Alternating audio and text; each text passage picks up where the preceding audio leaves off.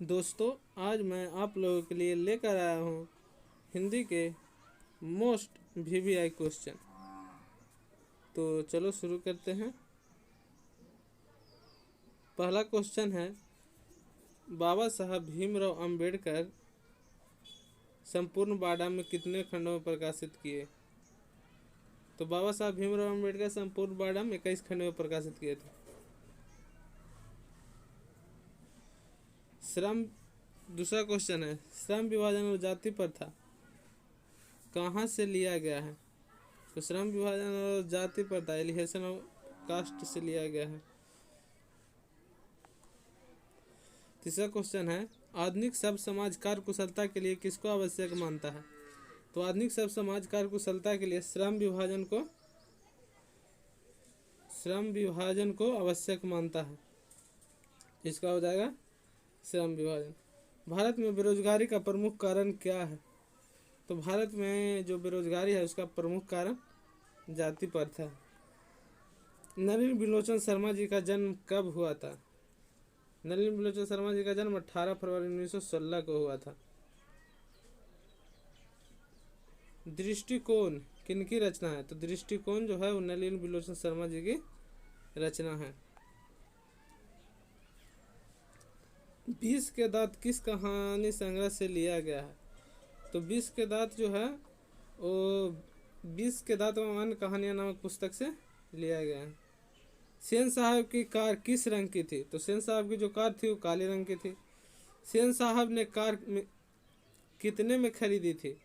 तो सेन साहब जो थे वो कार को 7,500 में खरीदे थे। अगला क्वेश्चन की तरफ चलते हैं। सेन साहब की कितनी बेटियां थी? तो सेन साहब की कुल 5 बेटियां थीं। मदन के पिता कौन थे? तो मदन के पिता जो थे गिरधलाल किरानी थे। मदन ने कासू के कितने दांत तोड़ डाले? तो मदन ने कासू के 2 दांत तोड़ डाले। मैक्स मुलर का जन्म कब हुआ था? तो मैक्स मुलर का जन्म 6 दिसंबर 1823 ईस्वी में हुआ था। मैक्स मुलर को वेदांतियों का वेदांती कहा जाता है।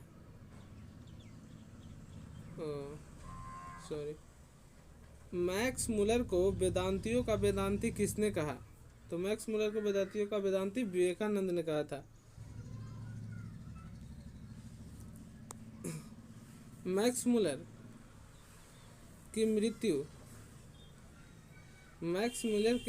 कब हुई थी? तो मैक्स मुलर की जो मृत्यु हुई थी 25 दिसंबर 1900 ईस्वी में। भारत से हम क्या सीखे का भाषांतरण किसने किया? भारत से हम क्या सीखे जो निबंध है इसका भाषांतरण भवानी शंकर त्रिवेदी ने किया था। कितने वर्षों की उम्र में मैक्स मुलर के पिता की मृत्यु हो गई? तो मैक्स मुलर जब 4 वर्ष के थे तो उनके पिता की मृत्यु हो गई थी। अगला क्वेश्चन देखते हैं। भारतीय पुरातत्व सर्वेक्षण की रिपोर्ट तैयार किसने की?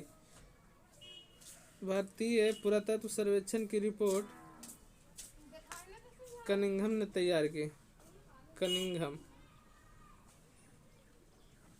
वारेन हेस्टिंग्स को वाराणसी के पास कितने सिक्के से भरा घड़ा मिला था? तो उसमें 172 सोने के सिक्का था। अगला क्वेश्चन की तरफ चलते हैं। सभी भाषाओं का अग्रजा कौन है? तो संस्कृत को सभी भाषाओं का अग्रजा कहा जाता है।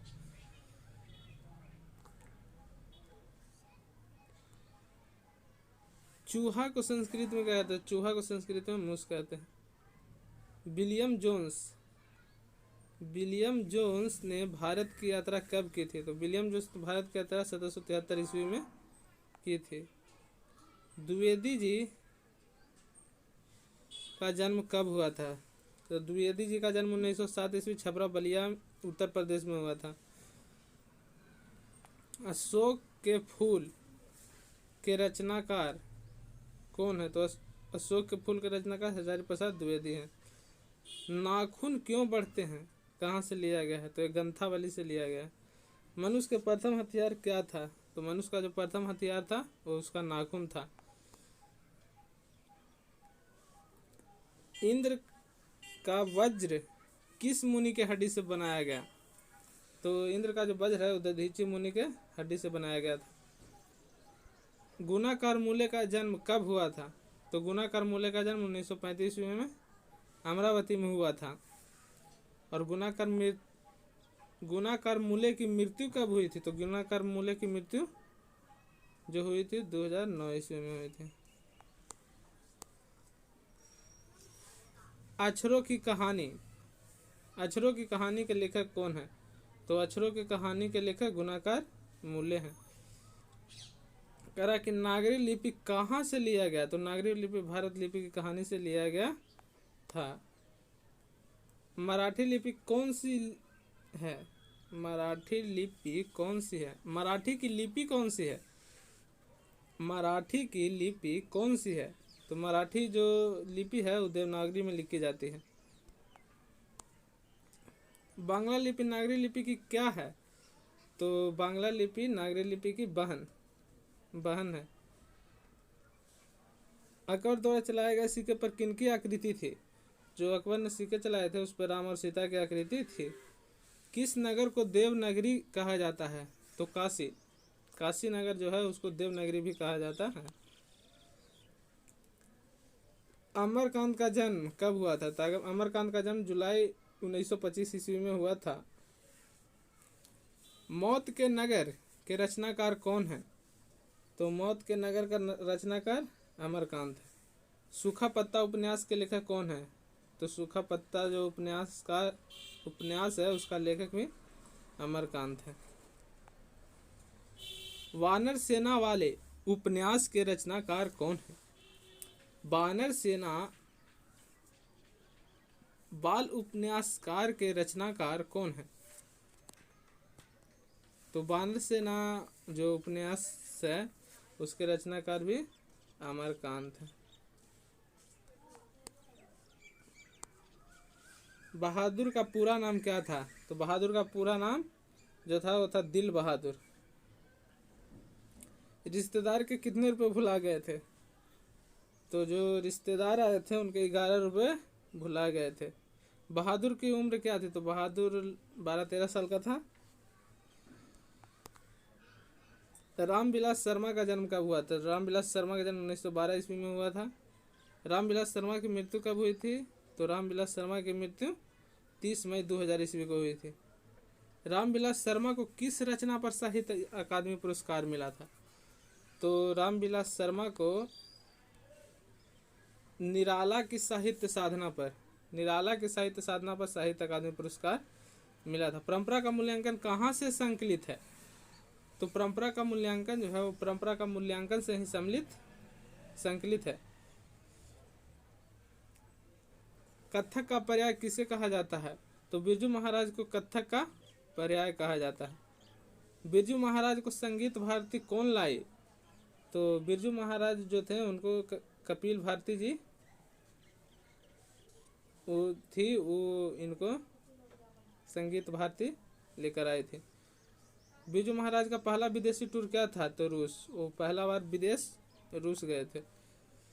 बिरजू महाराज के कितने वर्ष की उम्र में साहित्य अकादमी पुरस्कार मिला था? तो जब वो 27 वर्ष के हो गए थे तो उनको साहित्य अकादमी पुरस्कार मिला था। बिरजू महाराज के गुरु बहन कौन थी? बिरजू महाराज के गुरु बहन उसकी माँ थी। अशोक वाजपेयी का जन्म कब हुआ था? तो 16 जनवरी 1941 छत्तीसगढ़ में हुआ था। अविन्यो कहाँ है? तो अविन्यो फ्रांस में रोन नदी के किनारे है। अशोक वाजपेयी अविन्यो में कितने दिन रहे?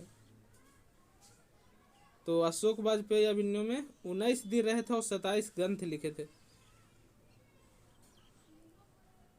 अशोक वाजपेयी की रचना कौन सी है? एक पतंग अनंत में।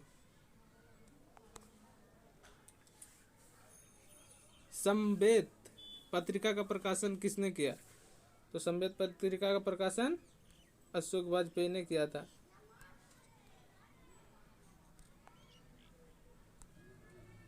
विनोद कुमार शुक्ल का जन्म कब हुआ था? तो विनोद कुमार शुक्ल का जन्म 1 जनवरी 1937 में हुआ था। नौकर का कमीज की रचना किनकी है? तो विनोद कुमार शुक्ल। नक्कर की कमीज के रचनाकार विनोद कुमार शुक्ल हैं।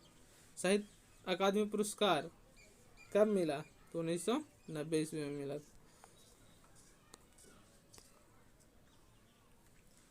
मछली कहानी कहाँ से लिया गया? तो मछली कहानी जो है महाविद्यालय से लिया गया।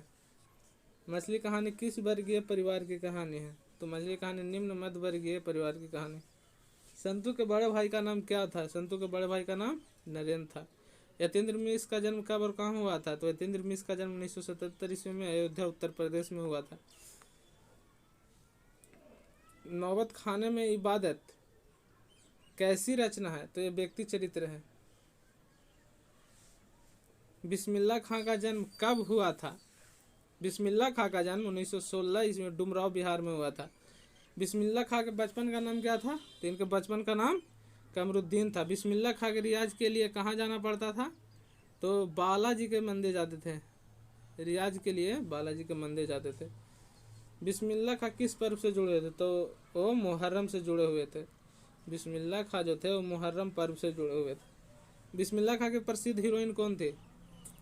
तो बिस्मिल्लाह खां की प्रसिद्ध हीरोइन थी सुलोचना, जिसके हर फिल्म वो देखते थे। अली बख्श बिस्मिल्लाह खां के कौन थे? तो अली बख्श बिस्मिल्लाह खां के मामा थे। बिस्मिल्लाह खां की मृत्यु कब हुई थी? तो बिस्मिल्लाह खां की मृत्यु 21 अगस्त 2006 ईस्वी में हुई थी। इबादत का अर्थ क्या होता है? तो इबादत का अर्थ होता है उपासक। इबादत का अर्थ होता है उपासक। अहिंसा का प्रयोग सर्वप्रथम गांधी जी ने कहाँ किया था? तो अहिंसा का प्रयोग सर्वप्रथम गांधी जी दक्षिण अफ्रीका में किए थे। गांधी जी भारत कब लौटे थे? तो गांधी जी भारत 1915 ईस्वी में लौटे थे। गांधी जी को महात्मा की उपाधि किसने दी? तो गांधी जी को महात्मा की जो उपाधि था वो रविंद्रनाथ टैगोर ने दिए थे। हिंद स्वराज के लेखक कौन है? तो हिंद स्वराज के लेखक महात्मा गांधी हैं। यंग इंडिया का संपादन किसने किया? तो यंग इंडिया का संपादन महात्मा गांधी ने किया। महात्मा गांधी की मृत्यु कब हुई थी? तो महात्मा गांधी की मृत्यु 30 जनवरी 1948 को हुई थी। अहिंसा दिवस कब मनाया जाता है? तो महात्मा गांधी जी के जन्मदिन को ही अहिंसा दिवस के रूप में मनाया जाता है।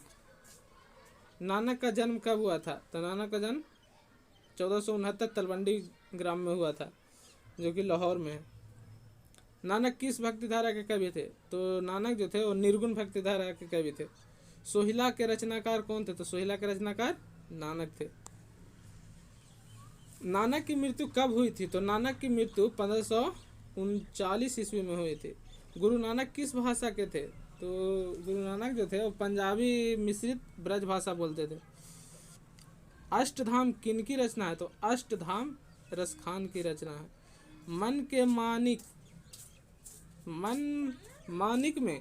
मनमानिक में कौन सा अलंकार है? तो मनमानिक में रूपक अलंकार है। रसखान किस काल के कवि थे? रसखान भक्ति काल के कवि थे। रसखान के रचना कहाँ से लिया गया है? तो रसखान की जो रचना है वो रत्नावली से लिया गया है। रसखान किससे संबंधित रचना करते थे? तो रसखान जो थे वो कृष्ण भक्ति थे। कृष्ण भक्त से संबंधित रचना करते थे। अगला क्वेश्चन है, धनानंद किस काल के कवि थे? तो धनानंद जो थे वो रीति काल के कवि थे। प्रेम के पीर किसे कहा जाता है? तो धनानंद को ही प्रेम का पीर कहा जाता है। धनानंद की भाषा क्या थी? तो धनानंद जो थे वो ब्रज भाषा में लिखते थे। सुजान सागर किनकी रचना है? तो सुजान सागर धनानंद की ही रचना है। प्रेमधन किस युग के कवि थे? तो प्रेमधन जो थे वो भारतेंदु युग के कवि थे। प्रेमधन भारतेंदु युग के कवि थे। रसिक समाज की स्थापना किसने किया? प्रेमधन 1874 में। रसिक समाज की स्थापना प्रेमधन किए थे 1874 में। प्रेम घर के रचनाकार प्रेमधन की रचना है आनंद कादम्बिनी। आनंद कादम्बिनी जो है प्रेमधन द्वारा लिखा गया है। स्वदेशी पाठ कहाँ से लिया गया है? तो स्वदेशी पाठ जो है प्रेमधन सर्वस्व से लिया गया है। सुमित्रा नंदन पंत के पिता का नाम क्या था? तो सुमित्रा नंदन पंत के पिता का नाम था गंगादत्त पंत। सुमित्रा नंदन पंत का अंतिम काव्य क्या था? तो लोकायतन। सुमित्रा नंदन पंत का जो अंतिम काव्य था वो था लोकायतन। पंत जी को किस रचना पर ज्ञानपीठ पुरस्कार मिला? तो इसे चिदम्बरा पर ज्ञानपीठ पुरस्कार मिला था। प्रकृति को सुकुमार कवि किसे कहा जाता है? तो प्रकृति के सुकुमार कवि सुमित्रा नंदन पंत को ही कहा जाता है। दिनकर का जन्म कब हुआ था? तो 28 सितंबर 1908 बेगूसराय बिहार में हुआ था। सुमित्रा नंदन पंत दिनकर जी का जन्म रामधारी सिंह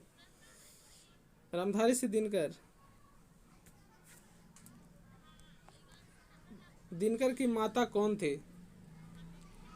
तो दिनकर की माता का नाम था मनरूप देवी। कुरुक्षेत्र किनकी रचना है? तो कुरुक्षेत्र दिनकर जी की रचना है। दिनकर को साहित्य अकादमी पुरस्कार किस रचना पर मिला? तो साहित्य अकादमी पुरस्कार संस्कृति के 4 अध्याय पर इन्हें संस्कृत साहित्य अकादमी पुरस्कार मिला था। दिनकर को किस रचना पर ज्ञानपीठ पुरस्कार मिला? तो उर्वशी जो इनकी रचना थी इस पर इनको ज्ञानपीठ पुरस्कार मिला था।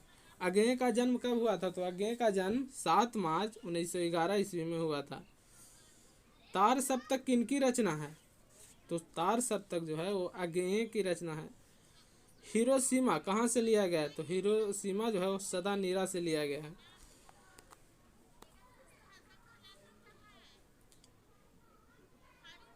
हिरोशिमा कहाँ है? तो हिरोशिमा जो है वो जापान में है। कुंवर नारायण की रचना कौन सी है? तो चक्रव्यूह जो है वो कुंवर नारायण द्वारा रचित है। एक वृक्ष की हत्या किनकी रचना है? कुंवर नारायण। एक वृक्ष की हत्या कुंवर नारायण। एक वृक्ष की हत्या कहाँ से संकलित है? तो एक वृक्ष की हत्या इन दिनों से संकलित है। बीरेन डंगवाल का जन्म कब हुआ था? तो बीरेन डंगवाल का जन्म 5 अगस्त 1947 ईस्वी में हुआ था। बीरेन डंगवाल का पहला कविता संग्रह क्या था? तो बीरेन डंगवाल का पहला कविता संग्रह जो था इस दुनिया में, ये इनका पहला कविता संग्रह था।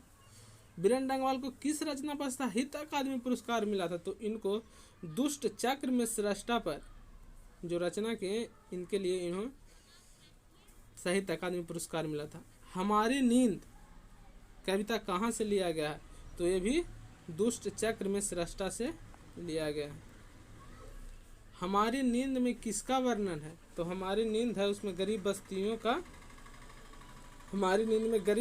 का वर्णन है। हमारी नींद के दौरान कुछ इंच क्या बढ़ गए? तो हमारी नींद के दौरान कुछ इंच पेड़ बढ़ गए। अनामिका का जन्म कब हुआ था? तो अनामिका का जन्म 17 अगस्त 1961 ईस्वी में हुआ था। गलत पत्ते की चिट्ठी किनकी रचना है? तो गलत पत्ते की चिट्ठी अनामिका की रचना है। अनामिका द्वारा रचित कविता कौन सी है? तो अक्षर ज्ञान जो है वो अनामिका द्वारा लिखा गया है। बालक के अक्षर परिपाटी में क्या नहीं अटता है? तो का बालक के अक्षर परिपाटी में नहीं अटता है। जीवनानंद दास का जन्म कब हुआ था? तो जीवनानंद दास का जन्म 1899 ईस्वी में हुआ था।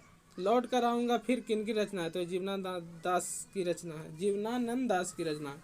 लौट कर आऊँगा फिर को भाषांतरित किसने किया?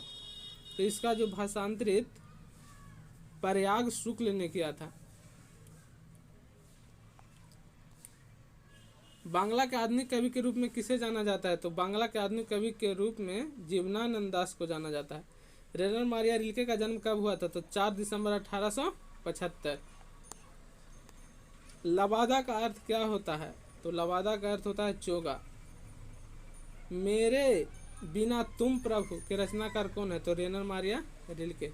मेरे बिना तुम प्रभु को भाषांतरित किसने किया? तो धर्मवीर भारती।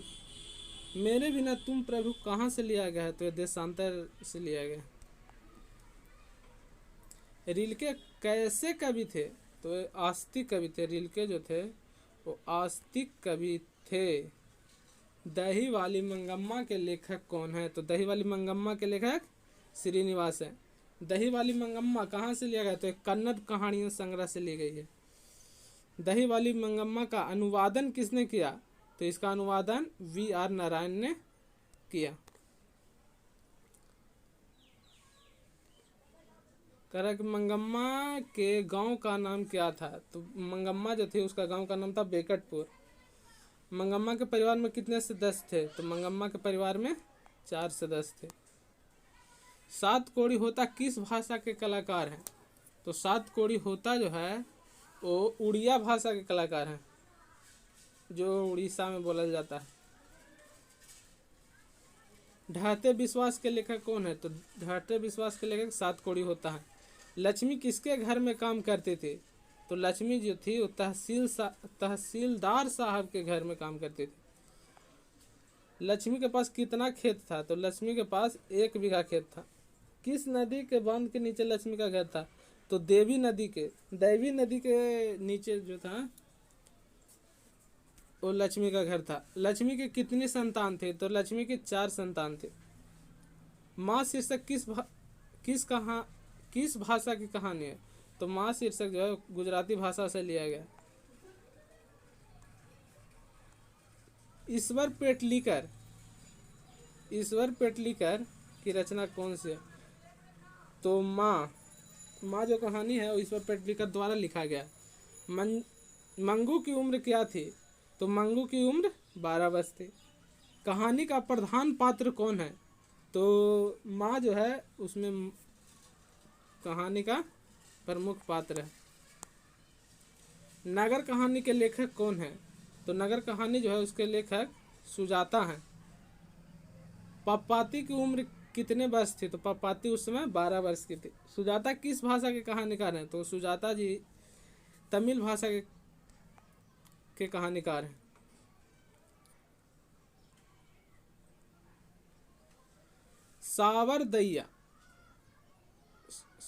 धरती कब तक घूमेगी के लेखक कौन है? सावरदैया। धूप बहुत कड़ी है, धूप में कौन सा संज्ञा है? तो धूप में भाववाचक है। जिसका अनुभव करते हैं उसमें भाववाचक रहता है।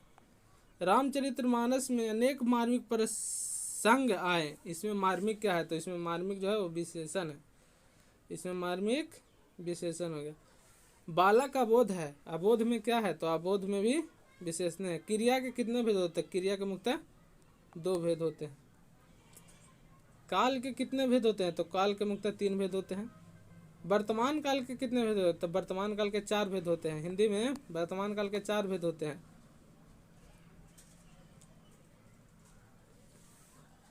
भविष्य काल के कितने भेद होते हैं? हिंदी में भविष्य काल के 3 भेद होते हैं।